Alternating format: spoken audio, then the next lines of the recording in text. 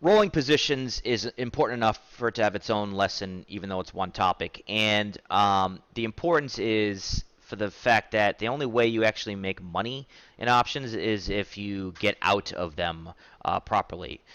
So, we've talked about directional plays, hedging, volatility. So that encompasses a wide variety of trades that you might be doing, and all of them might require rolling your position. If you have a directional play and, say you bought some calls that expire in a week or a month, and that move hasn't happened yet, but there's still some premium left, and you're still gung ho about this move, you're going to want to sell those calls and buy other calls against them in a further out month, maybe a different strike. So what you're doing there is you're buying a call calendar, or you're trading a diagonal spread where maybe you realize you need to get a lower strike call, or you don't want to pay that much, so you're buying a higher strike call, and you think that the fact that the stock hasn't moved yet, well, it'll make up for it in the next month or so. So whatever the case may be in your head, um, that's one way of rolling a position.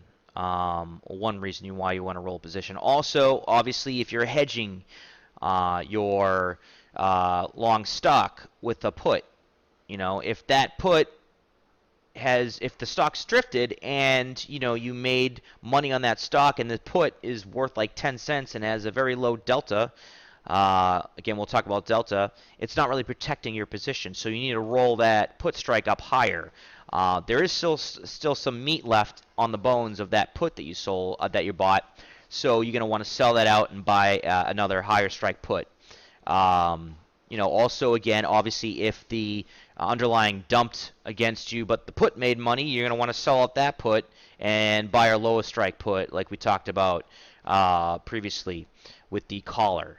Um, so again, you want to think about your direction. Think about, is there enough gas in the tank for this underlying, for this call to actually be worthwhile, or is it, am I going to waste 30 cents on this option for the next week or so, and nothing is going to happen, and I'm going to lose my money? Well, you might as well use that 30 cents and roll it into another month. That's very important. So essentially what you're doing is you're constructing calendar spreads, or you're constructing vertical spreads. But you need to be on your toes. You need to know that, this option, if it's not happening, roll it into something else if you want to maintain that hedge or that directional play.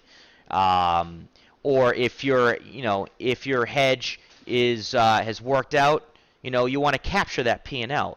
The only way that a hedge actually hedges your P&L is if we talked about basic things like a closing trade. You got to make a closing trade in order to actually capture that P&L. Unless it expires in the money and OCC automatically exercises it. But, there's a really good chance that that's not happening, and you want to capture your positive P&L, especially before expiration. If you have an option that appreciated, and it's not in the money, what that is it's all extrinsic value.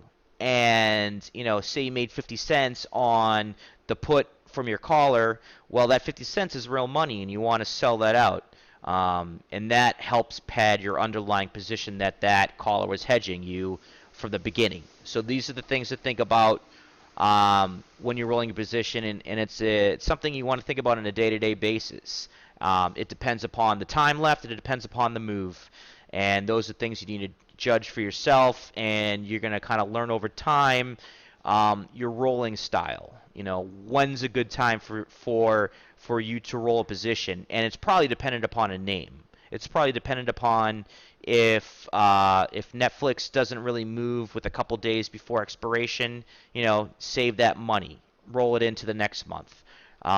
If there's a chance that the stock could move because it's one of those names that has seasonality, it moves on a Friday, maybe sell it in the middle of the Friday. Who knows? But it's something you're going to identify per each name and make sure that your rolling style evolves with your trading.